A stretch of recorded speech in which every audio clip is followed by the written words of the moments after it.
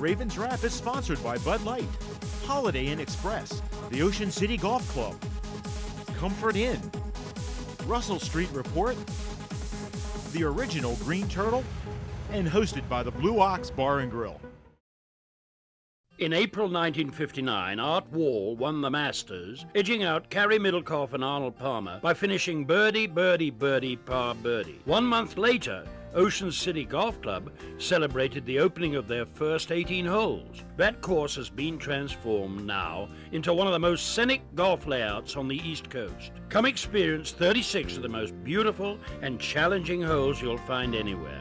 Ocean City Golf Club in Ocean City, Maryland.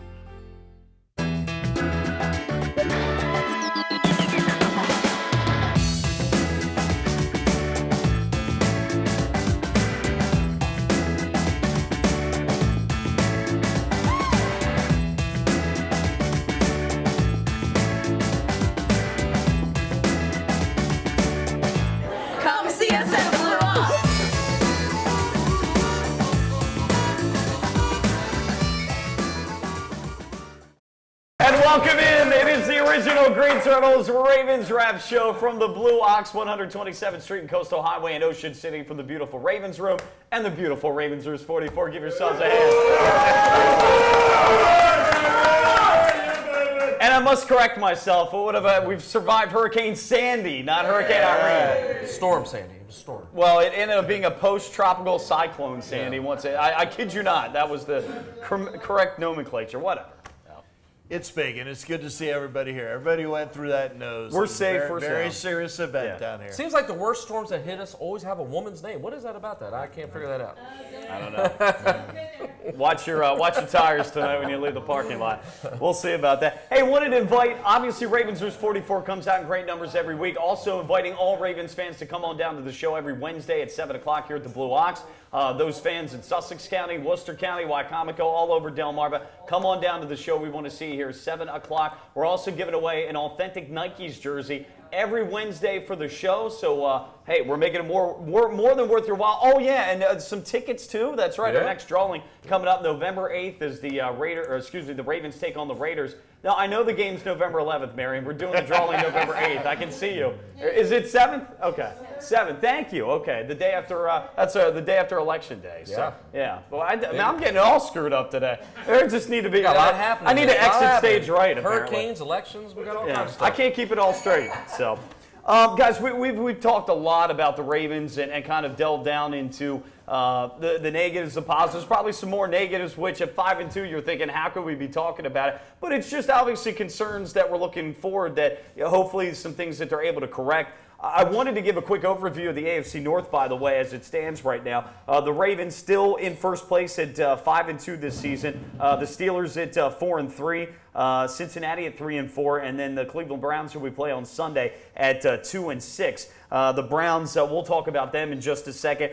Just to let you know, over the last couple of weeks since we last talked, Cincinnati losing to Cleveland 34-24, and then this past Sunday losing to Pittsburgh in a game they should have won, but Pittsburgh came back on them 24-17. Pittsburgh over the last couple of weeks wins against Cincinnati, then a win against the Redskins at home. That was really no contest in that game. We'll talk about Cleveland, as I mentioned, just a second. Obviously, the Ravens losing to Houston. They had a bye, but again, sit at 5-2. Still the second best record in the AFC, and still winners of 4 of their last 5 games. Some stats coming into this game. Best records after the bye week since 2002. The Ravens at 9-1. The Eagles, well, they're 10-1 now. They were 10-0 before they lost their game to Atlanta, but the Ravens have a history of doing well after a bye week. Records in games immediately following a loss since John Harbaugh took over the team in 2008, 17-4. Consecutive wins following a loss, 14 straight. The Ravens are 9-0 against Cleveland in the John Harbaugh era. So certainly numbers that reflect a team that is able to bounce back after a loss, especially a tough loss. Hey, it's still no gimmies, guys. On the road, division game at Cleveland. A team in the Browns, they're 2-6. But they've won 2 of their last 3, and they defeated the San Diego Chargers in an ugly 7-6 game, which you don't see much of in the offensive NFL these days. The weather was a factor. The wind was pretty bad off of Lake Erie in that game. But again, here we go. Division game all about winning your division. And so far, the Ravens have played in their division 2 games so far. Cincinnati, Cleveland, they're 2-0. Well, to touch on something you said, I think, I'm born and raised in Baltimore, was an old Colt, fan. My father took me to the games, and I think we're a little hard on ourselves. We expect a lot from them. After we won the Super Bowl, after such a short period of time of being, in existence, the Ravens, we really have had a great run. And I think we just expect so much because we know that it's a great town, it's a great city, great fans, and the team, it's a great team, great ownership. Last year was obviously heartbreaking. I think everybody in the room probably feels that, no doubt in my mind, we go to the Super Bowl, we're going to beat the Giants. That was a... And a lot of our conversation probably tonight would have been a lot different if we had gone to the Super Bowl, win or lose. We won't delve into all of them, but we're hard on ourselves. And you're right. We're sitting here talking about one of the best teams in the NFL right now. That's we are 5-2. It hasn't been the prettiest wins, but I think coming out of this bye week, a divisional game, something we talked about. This is our opportunity, to go up there and to prove something. I think we're a 3.5 point favorite. I'm not a real big on the point spread thing, but you know what? There's a reason for that. And I hope the Ravens go up there and show them what we can do. Steve, 10 straight wins against our own division. You talk about wins in a way. You win a division game, you almost feel like that's 2 wins. You lose, it's like you've lost 2 games. You could say in a way that, well, it doesn't really matter, but it does matter over time, because if you've lost to somebody 8 times in a row, if you've been on the team for 4 years, all of a sudden you start thinking, we always lose these guys. And it gets in your head, and those things come. But, I was going to say to the last game, actually the cards were sort of stacked against us in the last game because we only had 4 days. We're coming off a night Sunday game, one of only 2 times in NFL history you go from playing a Sunday night game to playing a Thursday night game. And a Sunday night game against the Patriots, no less. So we were beat up and bang, and I think that was part of our, I listened to some of the interviews, and they were talking about Haloti Ngata and about Ellerbe and some of the guys being dinged up in the second half against Houston, and they were thinking that's why they didn't close the gap. So, hopefully those guys will be rested and healed up, and obviously it's a lot easier to prepare on 2 weeks than 4 days. So, I just want to run down. Okay, Cleveland 2-6. They lose their first game to Philadelphia 17-16. That was a game in which Michael Vick had a ton of interceptions, but that was matched by the Cleveland Browns offense, which was just as inept. They lose to Cincinnati in a tight one, 34-27. They lose to Buffalo 24-14. They lose to us 23-16. So some close games down the line here.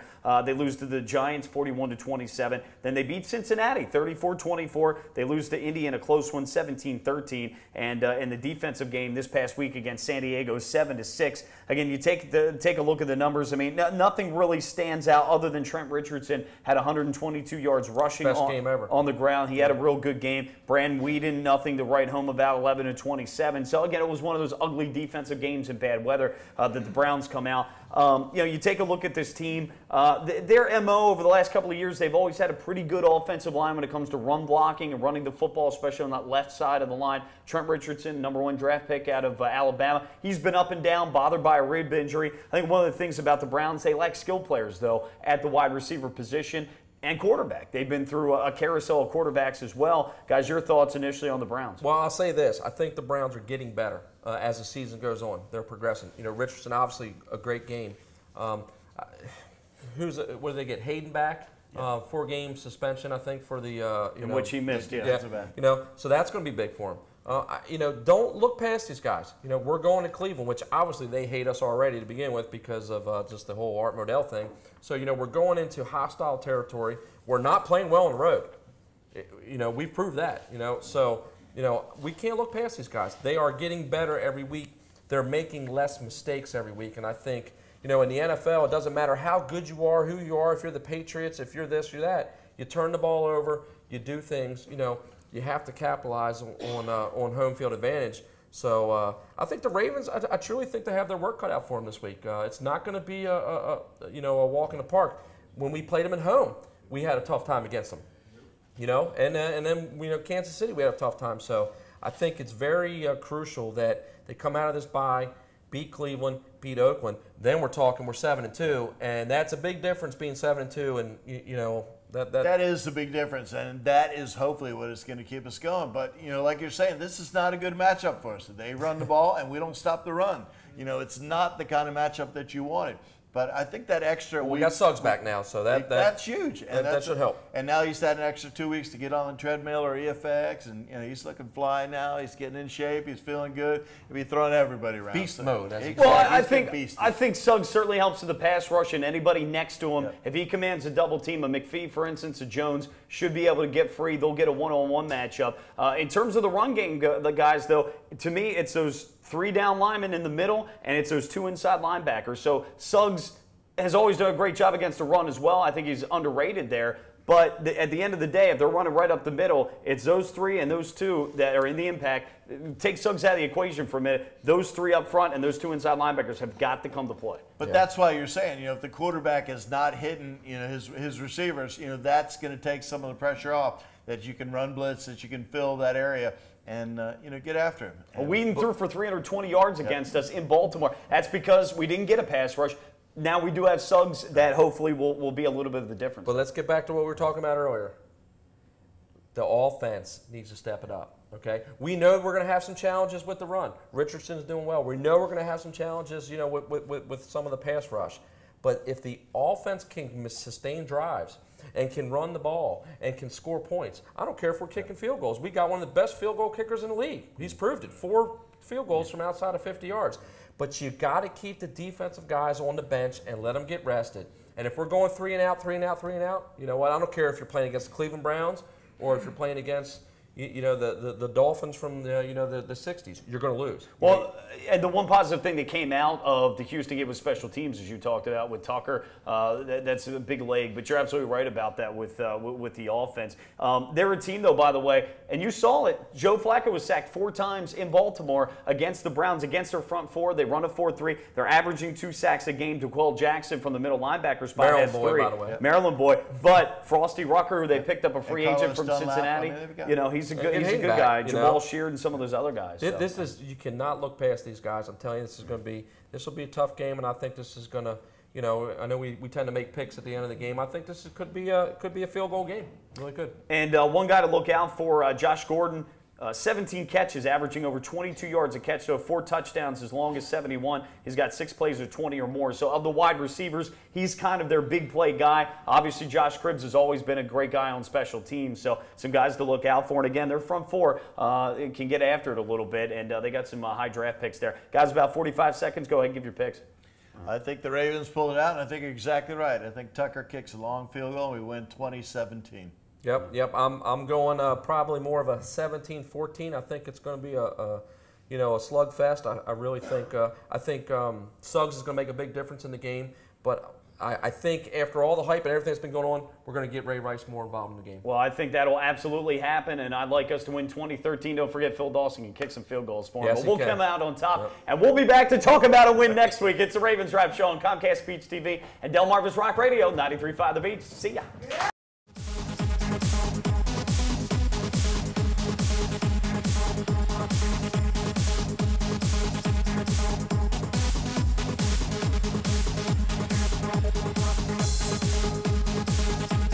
Ravens Wrap is sponsored by Bud Light, Holiday Inn Express, the Ocean City Golf Club, Comfort Inn, Russell Street Report, the original Green Turtle, and hosted by the Blue Ox Bar and Grill. Welcome to the Comfort Inn Gold Coast. Conveniently located just 1 block from the beach and adjacent to shopping at the Gold Coast Mall and the movie theater.